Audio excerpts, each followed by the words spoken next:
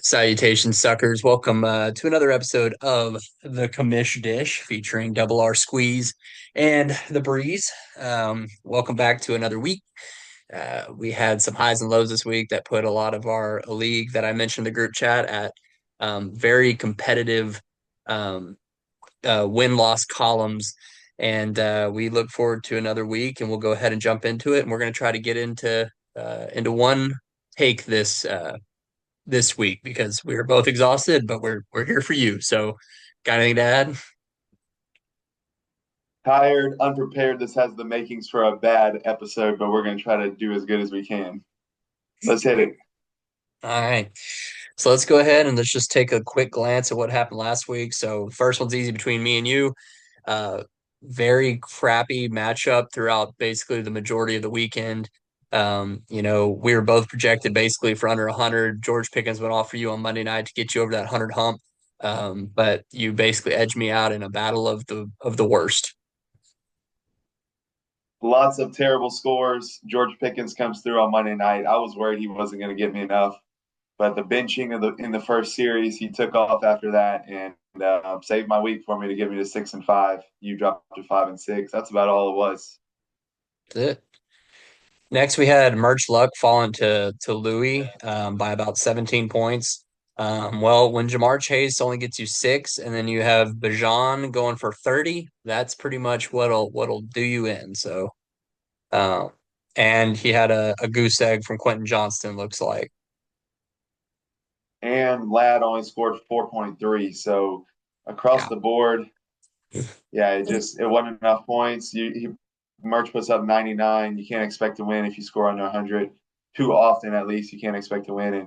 And Jay Louis, not a great week, but does just enough. His superstar Bijan showed out, and between Puka and Rasheed Rice, his other two superstars, they didn't really give him too much, but he only had to get over the 100 point mark to get a win, and he did that to keep the train rolling, get to 8-3. So not a bad little job there by Jay Louis this week, and he keeps rolling and headed to the playoffs.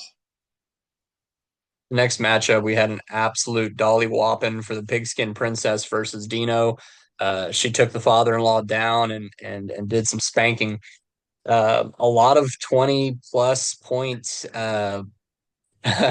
results from a lot of her teams, including a 29-point surprise from Kenny Gainwell due to the Jalen Warren injury. And then Dino's team actually finally showed some cracks with their age. The Stafford Adams stack with 20 points total. Jacobs goes down to an injury. He only gets four. When Barkley can only get you 10, that pretty much screams a loss for you whenever he's kind of anchoring what you do. So, And these are the two teams that I can't figure out from week to week. They go from scoring 150, 140 to 90 something, and it's both of them. They'll trade off. They're the two. I've talked about Dean doing that. The Princess also does that. This week, Princess stacked up the points, had good outings all across the board. Drake London injury could hurt though, and Xavier Worthy is not doing what he was doing earlier in the year, although Patrick Mahomes was at fault for overthrowing a really long touchdown this past week. On the other side, that Rams stack, I know Devontae Adams caught a touchdown, but that was a short touchdown. It was only catch of the week. That Rams stack just didn't perform against the Seahawks' tough defense. Sam Darnold had a bad week. Nick Chubb is no longer the guy in Houston. So even with a Trey McBride 27-point outing, Dino just couldn't crack the 100-point mark and had a pretty rough week overall. yeah. Next matchup, we had Tidal Wave only scoring 87 points versus Money Muscles 150. Uh, Jake said that I needed to stop betting against him and he just needs to shut up because clearly I know what I'm talking about. And so Tidal Wave had a terrible week. He couldn't really get any of his players to do much of anything. Both his quarterbacks were pretty subpar. And all of his key players kind of getting underneath that 15 to 10 point mark. Meanwhile, Money Muscle, when you get 33 points from T Mac and another 20 from JSN and a nice little value off the waiver wire with Greg Dortch getting you 18, that's a pretty good recipe for success. So Can't tell you how happy I was to see my man Greg Dortch, 18 points. It does this. It's like a warm, fuzzy feeling inside to see that man have some success. 6 for 66 and one touchdown overall across the board. Money Muscle, big time week. Tidal Wave finally crashed back down to earth. Don't think that's something to worry about in the long term, but yeah, just a rough week overall. Not putting up the points, and we'll see if he can bounce back, which I'm sure he will. Get Jonathan Taylor back in the lineup this week against me, and yeah, I think he's going to be fine in the long term. And Money Muscle is obviously fine. I think he has the best record in the league at 9-2. So two still really good teams here. Next matchup, we had another kind of low score versus high score. Sly Dog only putting up 106 versus Mason's 150. Um, what I will say about Sly's team is at least I do know now that he knows he doesn't have to play a quarterback in that quarterback two spot. He actually filled it in with DJ Moore, so that is good to know that we don't have to explain that. But he clearly doesn't pay attention enough because he still tried to play Keon Coleman, even though it was announced that he was a healthy scratch before the game. So just keep your eye on the ball there, Sly, all the way up until kickoff. But nothing much else to say, I wonder if he has. besides.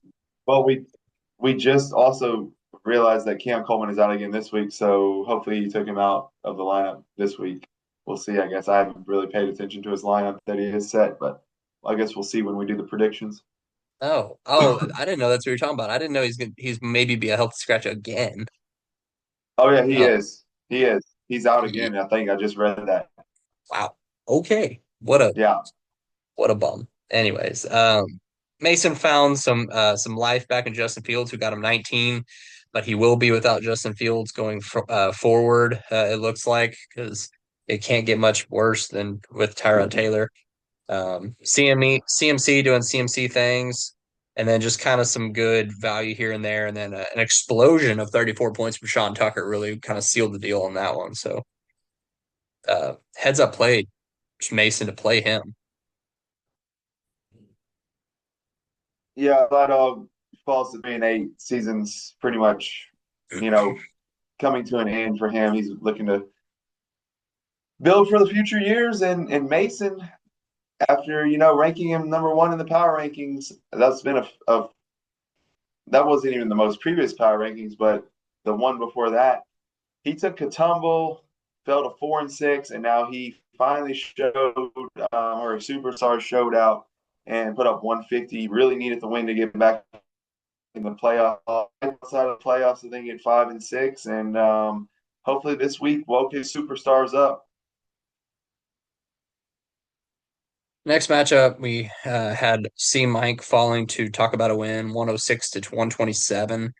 Mike again has a good game, a really good game from Travion Henderson, but his main core of that stack of Jared Goff to St. Brown really crumbled against that Philly D. And so, it's feast or famine when you have a stack. And this is one of those cases where that connection was visibly disconnected during that game. And so lack of points coming from those two. And then meanwhile, Greg, he had, Bryce Young going for 30, Gibbs getting him 20, Nico 24. And then, not really too much from everybody else, but he had enough of those boom players go off to get him the win this week. So If Greg can get production from those quarterbacks that he has, Bryce Young, JJ McCarthy, Tyler Shuck, if he can get production from two out of those three, that's a big if. I know Shuck looked good his last time out of BC, or be interesting to see if he can replicate that. He's got a dangerous combination of skill players between Gibbs, Nico, T. Higgins, Ashton Genty, all those guys. Genty's struggling a little bit. That O line is terrible there in Vegas, but he's got some guys, some skill players there that are really, really good. So if he can get production from the quarterback position, I think he sneaks in the playoff yet. If his quarterbacks enough value for him. If not, he will be left on the outside because he's right there right now after a slow start to the season. He now sits at 5-6 and has put himself in a spot to sneak in the playoffs as we wind the season down. Yeah, I agree. I really do like Greg's team. And I tried to pick him a couple times throughout the And I season. You wonder were if laughing at me. no, I know I picked him. I didn't pick him. Did I pick him this week? I don't know if I picked him this week. I picked him last week. I think. I don't know. I can't. My weeks all run together. Uh, I wonder if the Kirk Cousins starting quarterback now in Atlanta, if that helps Kyle Pitts or not. You think that helps Kyle Pitts? Or Kyle Pitts is just Kyle Pitts? Kyle Pitts, every time Yeah, I don't think it's a quarterback issue. I think Kyle Kyle Pitts is Pitts just is just Kyle Pitts. he's just a bum. I don't know. Yeah, He's just Kyle not Pitts living is up to what the he is hype. at this point, which is frustrating. But is that one the Uh last one? Did we move yeah, to we back to we back? have we have one more matchup. So we had Stalin and Ballin putting up a whopping 64 points on the week. He only had one player go over the 10-point mark with Cam Ward getting him 13 points. So, Scat Pack, congrats on the win, but you don't deserve any more praise than that. But good job allowing Josh Allen to get 6 TDs in a 42-point outing. I hope that can keep up for you. But yeah, really not much more to be said about that matchup. Oof, I didn't realize Justin Herbert had that bad of a week. That's bad. 3 points. Uh, the It's the kind of frustrating that I would say on scat Josh Allen wastes a 42-point performance in a week that you don't really need it. Yeah, That's because you didn't need it this week. So it's kind of frustrating that he wasted that outing for you. You could have won without, that big of a performance. Stalling and balling, building towards next year, especially with the trade that you made this past week, which we will discuss here in a little bit. But yeah, that's about all that needs to be said for this matchup. He doubled him up. Scat doubled them Pack up. doubled up Stalling and balling, and that's about all I got for that one. Yeah, well, that was it for last week. Let's go ahead and check out the waiver wire and see who people are clamoring for this week. Uh, to start it off, we had C Mike winning the bid for Mason Rudolph. Uh, you know, Aaron Rodgers fractured his wrist. And so if he doesn't play, Mason Rudolph is assumably the next guy up. So, um, you know, I can almost guarantee that the husband and wife don't collude too much because that was quite the outbid, 58-16. If it had been any closer, maybe like a $2 spread, I might have asked a couple questions, but yeah, that's the man of the house showing who's boss. So he got him with a total of $58, which is wild. But Yes, congratulations, it Mike. You cracked have me a up when I quarterback. saw that they both bid. It cracked me up when I saw they both bid for him, and I can understand the princess trying to get him because let's be realistic here. Mason Rudolph, Mike's out of the playoff race, so Mason Rudolph. I don't know. Even if he helps you this year, it doesn't really matter, and he's not going to be the starter. You Yeah. wouldn't think so. It's kind of just Mason some Rudolph will wasted not pickups. last. Yeah. And I think I've told But you I this, mean, but I don't know if there's really much else to spend money on at this point. But I mean, I can see where the princess would have been a good pickup for her to, have another quarterback on her roster. She's fighting for a playoff spot. But yeah, the man, Mr. Mike, way, way, way overdoing it here, I think. But way it overdoing it. is what But it is. like I It is said, what what it else is is. he going to spend his money on? Um, I was actually surprised to see maybe a few other people not throwing some money on this just because it's a starting quarterback right now, and who knows how long Aaron Rodgers is going to be out. So I was a little bit surprised there a few more people didn't bid, but it is what it is. I don't think Mason Rudolph's going to be your savior. It's just it would be another quarterback that you could start and hopefully get some points from. I don't even yeah. know how he did this past week. Whenever he entered the game for Aaron Rodgers, I don't even know how he performed. Really, I think he did okay, What I'm excited for is that he actually targeted DK Metcalf like a which helped lot you. over the couple Yeah, drives that he had. He targeted him a lot. So I'm kind of happy that we're gonna see that hopefully. Um, I think I've told 12 of 6. Hey, that's not bad. 12 of 16, 127 yards and a touchdown. yeah. Not a bad performance. Like I said, I think like seven of those targets had were DK. So like I said, I'm happy with that. That's But good for you. Good for you. You need um, it. You need it. I do need it. Uh, what I was saying is, I think I've told you this before, but fun fact: my cousin went on a date with Mason Rudolph, and she said that he was an absolute weirdo, and she didn't I call him can see back. him being an absolute douchewad. He looks like an absolute He does. just Um, yeah. The one that Tatanka, him and Miles Garrett were the one. Him and Miles Garrett were the one that got into it a few years ago, right? When yeah. Miles So Garrett he got suspended. he probably deserved the helmet for sure. Yeah, I mean, if there's one human being I wouldn't want to mess with, it's probably Miles Garrett. Although he seems like a guy, nice guy, but man, that guy is. I would not want to be on the wrong side of his, you know, Hammer. being pissed off. Yeah, yeah. So Who we got to next? Tatanka picked up kind of the highlight of the week with Tyrell Shavers being the guy that kind of showed up for Buffalo in the receiving core. You know, he caught a long touchdown. So Tatanka went ahead and took a swing at that. Nobody else had any desire. And then Jake went ahead and tried to target that running back room at Dallas, which historically has always been something of note. And then after the fact, you know, you got one of your running back starters from Michael Carter off of there after the fact, and then Jake picked up old Van Jefferson. Which Jake, I dare you to play him because I've been there, and you are more than welcome to Van Jefferson all you want. He's got him locked in. He's got him locked in right now.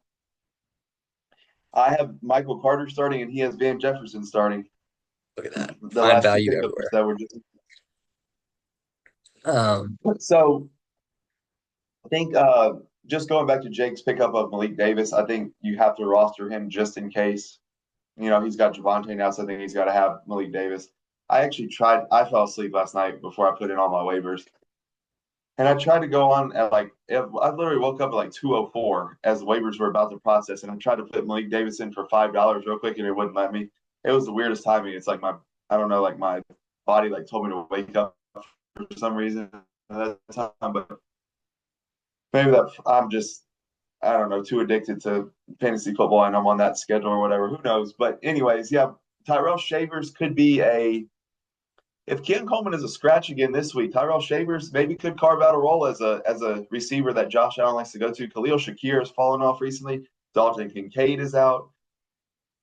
Gabe Davis is back in Buffalo, but not going to be a factor anymore. I don't really think so. Tyrell Shavers, possibly a you know a little bit of a piece that could be reliable here down the stretch. We'll see, I guess, if he can pan out for a few weeks in a row. But other than that, yeah, that's the main pickups of the week. You got anything else to add on them, or you want to go back and discuss that trade a little bit? we can go ahead and go and discuss that trade. What was it? So, Jake gave Lathan a first round pick and Caleb Johnson, and Lathan received from him, or no, he got from Lathan Javante Williams.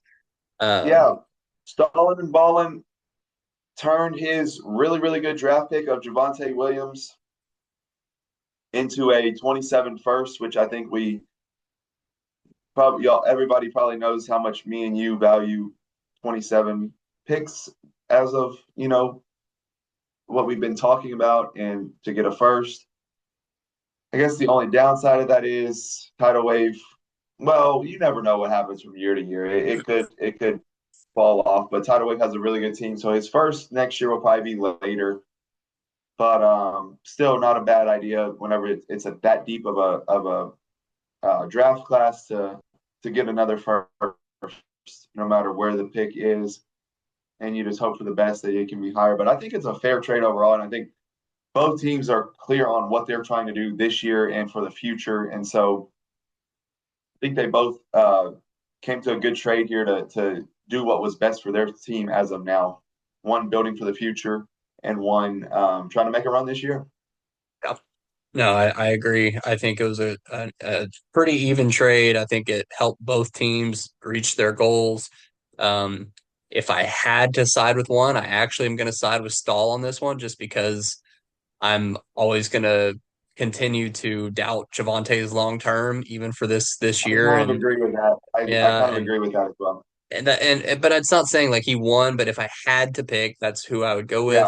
Yeah. Because if you can get a first round pick plus a rookie running back who in the preseason was believed to be like one of the top guys out of the draft class, I think that's a win. And Caleb Johnson looks like a nobody right now, but you never know how what's going on behind the scenes, like when he's actually going to come off. Like we just saw Travion Henderson finally get PT and show off. Caleb Johnson could be coming on as early as next week for all we know, or this week if Jalen Warren's injury keeps him out. So Yeah, I think Caleb Johnson was a nice extra little addition there for Stahl to get because you're taking a flyer on him and seeing if he can pan out. Yeah, I mean it's early in his career, so you never know what he turns into. I think that was a nice extra little piece to have along with that first. And I I tend to agree. I'm still not a huge Javante believer long term.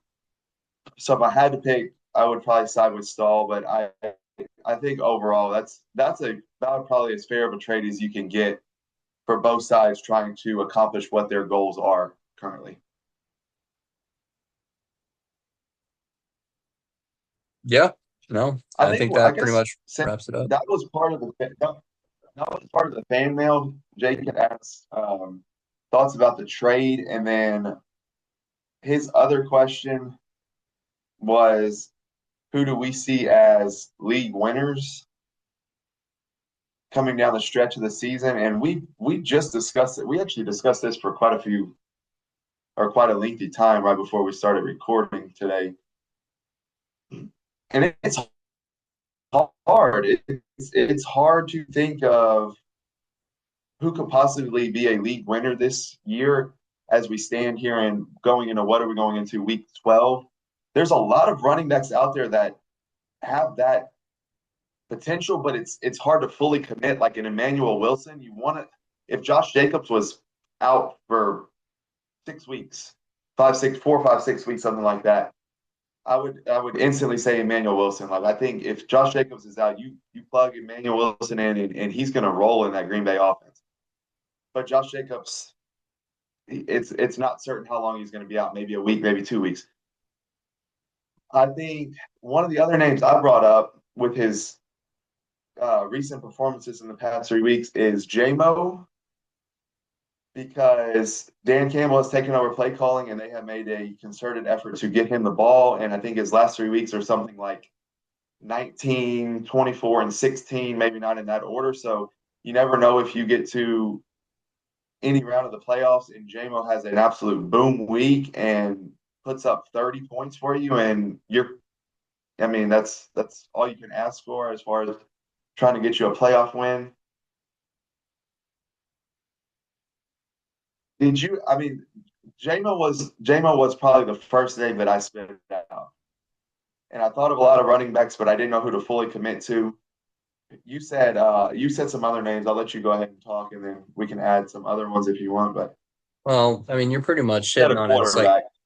it's any of the running backs that are in a committee or are seemingly taking over. Like your Woody Marks or your Bishal Tootin or um, you know, I don't know who else is splitting time. We talked about the Um, ones coming back from injury: the ones, Omarion yeah, Hampton, Trey yeah, Benson. Trey Benson, those could be big ones. Bucky Irving, Mikey isn't going to make playoffs, but he could be something down the stretch, along with who else is? Oh, Aronde Gadsden from the tight end position. So he's got a couple of those guys that do show some talent for him next year. So at least he has those to look forward to. Um, Travion Henderson was another running back we mentioned. It's all Travion like they're Henderson, all in the same boat. They're yeah. all in the same boat. It's like they're so close to being a league winner possibility, but it's just they need one more little break, and then all of a sudden they are the lead. They're the lead guy for the rest of the year, and it's like it's hard to fully commit to somebody right now. But there's a lot of them on the verge, and it's just whoever catches that one break and then can take You know off for the who rest of the year. You And know who's a pretty good one that would be a league winner, like specifically for this league and like how deep the rosters have to be? Alec Pierce for the Colts. Yeah. Um, if you literally only need him to be in your second flex, and Yep. I think Dean has him, and he probably got him in like the 16th round of the draft. Who knows? But you talk about somebody who's actually become more than just a deep bomb threat. He's like getting targets, and so that added to Dean's aging but really good roster could very well be a league winner going down the stretch. I was actually more impressed with him than Michael Pittman Jr. that one Colts game that I watched. Danny Dimes barely targeted Michael Pittman whenever I was Yeah. watching, and Alec Pierce was running all kinds of different because he used to think of him as just a deep threat, but which he still was. He caught a deep touchdown in that game, long touchdown in that game, but uh, he's become more of a complete receiver. And so, yeah, I agree. That's a good call there. We talked about that Bengals offense, anybody in that Bengals offense, because we're looking at guys like, that are a little bit like they're not studs. So the guys we talked about so far aren't really studs. They're lower level guys that are just, looking to take off. But if you want to talk about studs that could just absolutely put up elite numbers, I think Jamar Chase and T. Higgins with the possibility of Burrow coming back. I know that it's not really that yeah, we know Jamar Chase and T. Higgins are really, really good. They're going to put up numbers, but can they take it even a step further now with Burrow coming back? And that Bengals defense is just so terrible that they're going to be throwing the ball all kinds of crazy numbers and you know who knows what kind of numbers they're going to put up. So you said there were a couple more names. I don't know if you remember who else you said, and I know we're throwing out a lot of names, but you I said mean, Jacoby Brissett at the quarterback oh position. yeah, Jacoby Brissett has been absolutely balling the last 2 or 3 weeks. I mean, you want to just write him off as Jacoby Brissett the backup, but he's throwing for so many yards and he's actually making a pretty like adequate offense out of the Cardinals. So for somebody who you started the season as just a backup piece on your team and probably didn't expect to ever play, him as your QB2 is actually coming to be very, beneficial for you. So yeah, he's definitely on the radar as a Yeah, league winner. the only reason I remembered you saying that is because he's on my team. And then you said another guy that was on my team, George Pickens, which I think kind of is the same concept that I was thinking of with the Bengals receivers. The Cowboys defense is terrible. Dak is throwing the ball a lot. George Pickens is. It's not that George Pickens. I don't know. George Pickens is really, really good. I'm not saying he's better than CeeDee Lamb, but it's almost like Dak just looks George Pickens way a lot more. Once Well, CD went out with that injury earlier here's this year, here's Dak and Pickens just formed a connection, and it's kind of taken off. here's the reason is, I was just discussing this with you about Kirk Cousins loving his number two guy because number one is always double covered. If if CD isn't a diva and he's just going to allow to be double covered and George Pickens runs free, why wouldn't you? Like Yeah, Dak is a very smart quarterback, and so why would you try to force it CD Lamb's way? You finally have a really good wide receiver too, who is now seeing single man coverage. You know why not? Like, and they can't cover him, and and they they can't can't cover him cover him. They because can't cover him. he could be the wide receiver one for half of the other team. So Yeah, yeah, that's and just they they're can't playing cover smart him on football. short It's route. They can't cover him yeah. on any kind of route. Short routes, deep routes down the. I like he's nobody's slowing him down here recently, and I don't know what the Cowboys schedule looks like coming up. I think they got a tough schedule. I don't know why as far as defense, but I don't think it really matters. Like I think, like you said, CD is going to get double covered, and George Pickens is going to have a feast. But yeah, those are some of the names I guess we talked about. That's quite a few of them.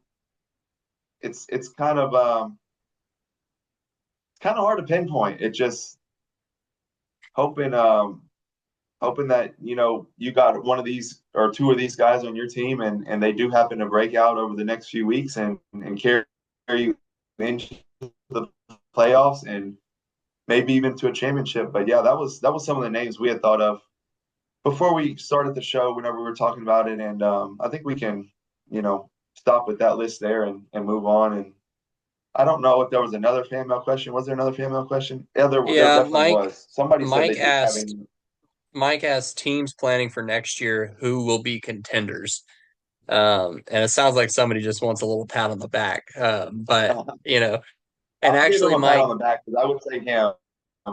I would say he's one of the teams. he maybe a contender.